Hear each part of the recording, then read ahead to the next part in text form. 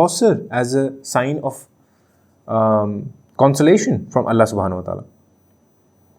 फिर केव ऑफ सौर का मेंशन कर देंगे, जब माइग्रेट कर रहे थे तो फिर क्योंकि the Quraysh, the people who were finding हज़रत Abu Bakr and the prophet सल्लल्लाहु अलैहि वसल्लम, they were very near, the हज़रत अबू बकर को डर लग रहा था कि प्रॉफिट सल्लल्लाहु अलैहि वसल्लम की जान को ख़तरा है, as if they had searched a bit more they could have seen through the cracks when they were above the cave कि there was someone in the cave, right? Then Allah subhanahu wa ta'ala revealed these verses. For Allah did indeed help him when the unbelievers drove him out. He had no more than one companion. The two were in the cave, and he said to his companion, have no fear, for Allah is with us.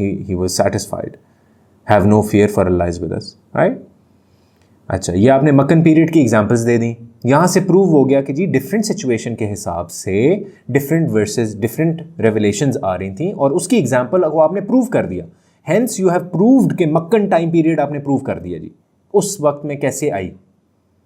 अब आपने prove करना है अगले paragraph में कि Medina वाले time period में कैसे वही आई। So then you will talk about the time period of Medina, which was 622 to 632 AD, and you will mention that there were around 28 surahs which were revealed in Medina, and you will mention the brief features. You will briefly mention the features of Madni surahs. अब features क्या हैं? There were more of rules and regulations and laws which were revealed over there. Why? Because the Islamic community was forming for the first time. Because in Makkah we were the minority. So in Medina we got the chance to establish an Islamic civilization. So Allah subhanahu wa ta'ala revealed all those economic, social, moral laws of which were going to become the base of establishing the Islamic state, right? So those were then revealed in the Madni time period, Madni surahs. ठीक है जी। So आप उसके अंदर references दे सकते हैं। आप उसके अंदर से अपनी मर्जी की भी रेफरेंस दे सकते हैं। देखें, आप मक्कन टाइम पीरियड में भी if you know some other references, आप सूरह इखलास का भी बता सकते हो, ठीक है। The Quraysh came and asked Allah ताला about the lineage of asked the prophet सल्लल्लाहु अलैहि वसल्लम about the lineage of Allah, तो सूरह इखलास नाजिल होगी। अब मदनी पीरियड के अंदर भी आप बता सकते हो कि ज़कात फ़र्ज़ हुई, फास्टिंग फ़र्ज़ हुई, जिहाद का हुक्म मिल गया, fight those who fight you but do not transgress limits as Allah ताला does not like the transgressors, right, वो भी बता सकते हो। फिर you can mention other as well. One of the most prominent ones is the one during the last the farewell hajj of the prophet. क्या? सूरह अल-माइदा, the last verses, this day I have perfected your religion for you, completed my favour upon you and have chosen for you Islam as your religion, ठीक है। So you will mention that.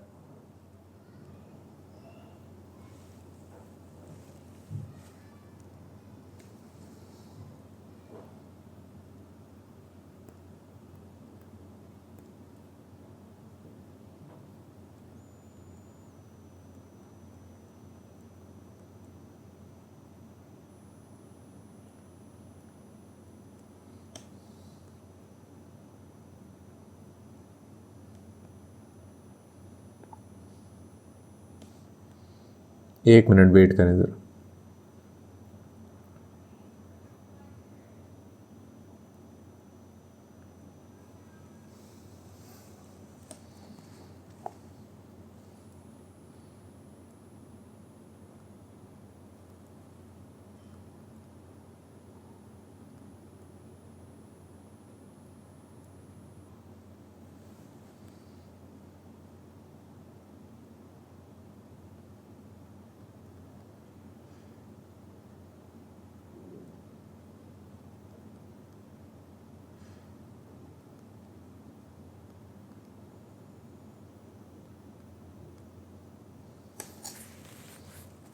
ठीक है जी, ये हो गया जी।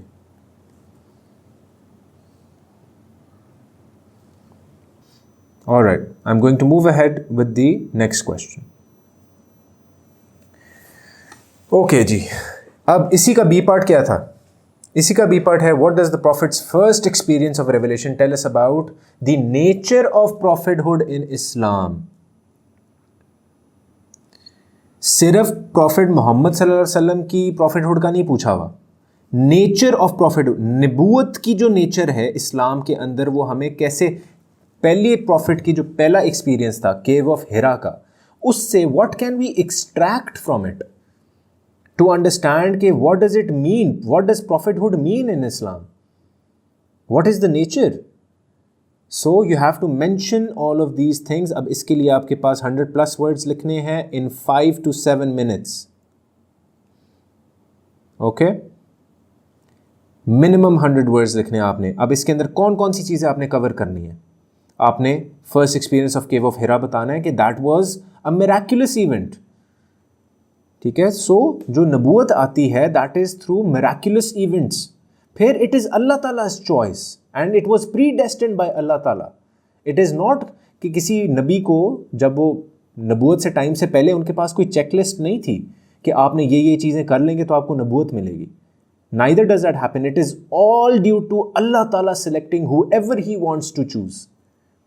So, नबूवत के बारे में इस्लाम में नेचर ऑफ प्रॉफिटहुड हमें यह पता चल रहा है कि it is Allah's own choice whoever He chooses or whoever He chose as prophet. फिर prophethood, it came without warning. They were not told कि you will get the prophethood. It came without warning, अचानक, sudden, and through miraculous events. You can give the example of the miraculous event of Hazrat Musa's first address by Allah subhanahu wa ta'ala. When Hazrat Musa was first addressed, जब उनको आवाज़ आई तो घबरा गए एकदम कि who's calling me and who's talking to me, right? It was a miraculous event. Cave of Hira, Hazrat Jibreel is coming towards the Prophet in mid-air and then squeezing him, and then the Prophet sallallahu alaihi wasallam is doing something which he has never done before. He's reading, so he's shocked. Right? So it was a miraculous event. Here, when the prophethood used to come, it would cause fear and confusion in the prophets, which in return shows that the prophets were humans. they were humans, they were chosen from mankind. अगर इंसान ना होते तो फिर घबराते और डरते क्यों? Right? So that logic you're supposed to mention in the answer. Then Hazrat Jibreel was a connection between the messengers and God. He would bring the revelation from Allah subhanahu wa ta'ala to the prophets. So all of these points are supposed to be covered in this particular question. आखिरी चीज़ जो हमने आज cover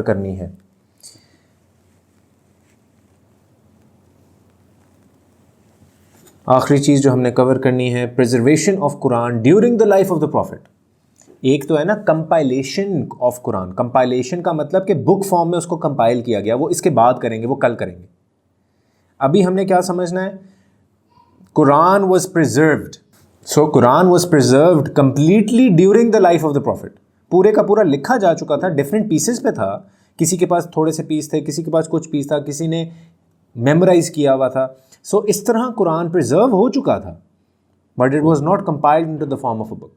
so preservation of Quran during the profits life, उसके अंदर different stages हैं. एक first stage है during the profits life, second stage है हज़रत अबू बकर के ज़माने में, और थर्ड स्टेज है हज़रत उस्मान के ज़माने में. उसको स्टैंडर्ड कंपाइलेशन होगी. ठीक है? So you need to understand that. अब हमने जो पहली स्टेज का अगर सवाल आता है पहली स्टेज के ऊपर कि right N account of the preservation of the Quran during life time of the profit, तो हमने क्या चीज़ें मेंशन करनी है. 17 से 18 मिनट है आपके पास इस 10 मार्क के सवाल के लिए, and you have to write more than 400 words for it. ठीक है? Paragraph number 1, what are you going to mention? You are going to mention that it was revealed and then written down simultaneously. The prophet सल्लल्लाहु अलैहि वसल्लम, when he would receive revelation, he would call the scribes and they would write it down. And it was revealed over a period of 22 years, 5 months and 14 days. It was revealed over a period of 22 years, 5 months and 14 days. It was revealed in portions, in parts, and it was revealed according to different situations. ये आपका paragraph 1 आपकी introduction बनेगी. Okay जी. अच्छा, अब paragraph number 2 में क्या लिखेंगे कि प्रॉफिट सल्लल्लाहु अलैहि वसल्लम when he would receive revelation, he would call his scribes, his literate companions who could read and write, and he would dictate, as soon as he would receive the revelation, he would dictate it to the scribe, and then he would ask the scribe to recite it back to him 3 times. Cross check करते थे. In case of any error he would ask the scribe to fix it and he would help in correcting in case of any errors, and then it was brought to the public. Zaid bin Sabit रज़ी अल्लाह अन्हु report करते हैं, the prophet सल्लल्लाहु अलैहि वसल्लम, ये आपने refer करना है, ये कोट लिखना है. द प्रॉफिट सल्लल्लाहु अलैहि वसल्लम used to go on dictating and I used to write it down. When I finished writing, he would say, read, and I would read it back to him. If there was an omission or error, he used to correct it and then let it be brought before the people, the masses, the public. ठीक है? And then you will also mention कि किन चीज़ों के ऊपर Quran लिखा गया. अब ये तो माशाल्लाह सारों को ही पता है. अब ये मैंने खैर स्लाइड पे लिख दिया है, वरना मैं आपसे पूछता, लेकिन चलो it's okay. Alright. So written materials आपने मेंशन करने हैं कि किन किन चीज़ों के ऊपर कुरान लिखा गया. So palm leaves, tablets of stones, ये सारी चीज़ें मेंशन करनी है. पीसेस ऑफ लेदर, ये सबसे ज़्यादा रेडिली अवेलेबल चीज़ थी, पीसेस ऑफ लेदर. ठीक है? Then palm leaves, and then shoulder bones, preferably camels की, क्योंकि उनकी शोल्डर बोन्स बड़ी होती थी, उसके अंदर लिखने की जगह ज़्यादा होती थी. राइट? And goats. फिर also pieces of wood, and then branches of trees. ठीक है जी? ये सारी चीज़ें आपने मेंशन करनी है पैराग्राफ नंबर 2 में. पैराग्राफ नंबर 3 में आप कौन कौन सी चीज़ें मेंशन करेंगे जी? Arrangement of surahs under divine guidance of हज़रत जिब्राइल. पूरी की पूरी अरेंजमेंट कैसे पता थी जी लोगों को?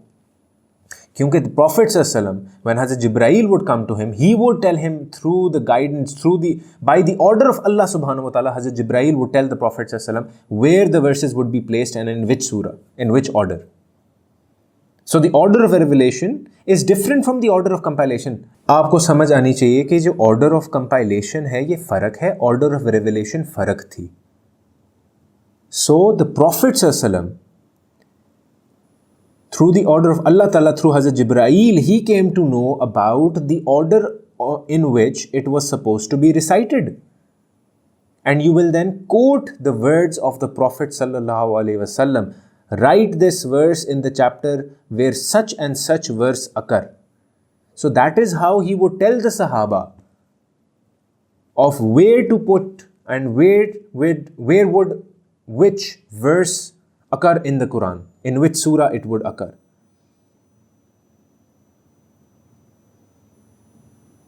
ठीक है? Alright. Paragraph number 4. इसके अंदर आप मेंशन करेंगे कि एवरी रमज़ान द प्रॉफिट सल्लल्लाहु अलैहि वसल्लम would revise the Quran and the सहाबा would be there as well. After migration to Medina ना, प्रॉफिट सल्लल्लाहु अलैहि वसल्लम regularly in every Ramzan he would revise the Quran. जितना रिवील हो गया होता था उसको रिवाइज करते थे. द प्रॉफिट सल्लल्लाहु अलैहि वसल्लम would recite it out loud for the companions to compare their written text, ताकि सारों के पास उनको पता चल जाए अच्छा जी कि उनके पास they could work together and see if they all had the exact and the accurate words of the Quran, of the surahs, of the verses. So they could tally it as well. And that reassured that they had the right surahs, the right verses, in